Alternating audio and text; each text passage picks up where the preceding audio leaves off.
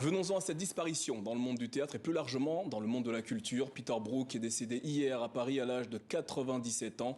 Nicolas Georges est avec nous. Bonjour Nicolas. Bonjour. C'est une légende du théâtre qui s'éteint. Ouais, un grand maître du théâtre et sans doute l'un des metteurs en scène les plus influents, surtout du XXe siècle.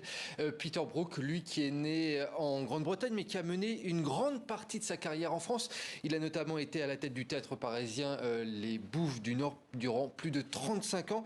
Une carrière extrêmement riche, effectivement. On lui doit des dizaines de pièces, des pièces souvent monumentales au niveau de la mise en scène. Il a dirigé les plus grands, de Laurence Olivier à Orson Welles. Et on a joint Olivier Py, le directeur du Festival d'Avignon, qui a justement souhaité saluer la mémoire de Peter Brook. Écoutez. C'est une très grande légende, d'autant plus que, au-delà des je ne sais pas, 150 spectacles à l'opéra et au théâtre, qui ont tous été des très très grands succès, au-delà de ça, il était aussi un théoricien. Et sa volonté, avec son texte fondateur, L'espace vide, de proposer un théâtre qui ne reposait pratiquement que sur l'actorat, que sur les acteurs, a profondément transformé l'idée qu'on se faisait d'une mise en scène. Et puis, il a été probablement le premier à introduire de la diversité. Et ça, ce n'était pas une petite révolution dans un théâtre qui était essentiellement blanc.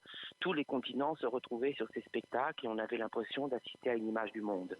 Voilà, vous l'avez compris, un théâtre nourri des influences du monde entier avec des acteurs de différentes cultures. C'est ça aussi la patte de Peter Brook. Alors pour tous, c'était un grand humaniste. Selon Peter Brook lui-même, le théâtre pouvait changer le monde, même si c'était le temps d'une représentation. Écoutez justement ce qu'il nous disait en 1996 sur le plateau de TV5 Monde dans l'émission L'aventure sur scène. Pendant 1 heure ou 2 heures au théâtre, on peut donner une impression réelle que les êtres humains ont une possibilité d'aller plus loin que les barrières psychologiques et sociales habituelles, et qu'une qualité de relation et une qualité de vie dont tout le monde rêve n'est pas un rêve mais une réalité. On peut goûter cela. Alors, on va parler maintenant un petit peu de la touche de Peter Brook. Il faut savoir qu'il avait réinventé l'art de la mise en scène en privilégiant des formes épurées au lieu des décors dits traditionnels.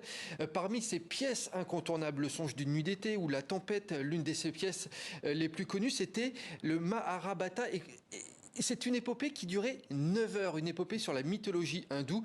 Cette pièce a ensuite été adaptée au cinéma, donc voilà, il n'hésitait pas à partir dans des défis complètement fous. Il a été récompensé de 3 Molières durant sa carrière, notamment Molière du metteur en scène en 91 pour la pièce La Tempête dont je parlais à l'instant. Il a également eu un Molière d'honneur en 2011.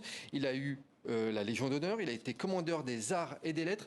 Et puis, il a également mis en scène des opéras. Il a réalisé plusieurs films, dont Moderato Cantabile, un film très connu, mais également Le Roi Lear. Il a signé également plusieurs essais et de nombreux romans. Bref, vous le voyez, Peter Brook, c'était un artiste complet, un très grand nom de l'art et de la culture, donc, qui vient de nous quitter à l'âge de 97 ans.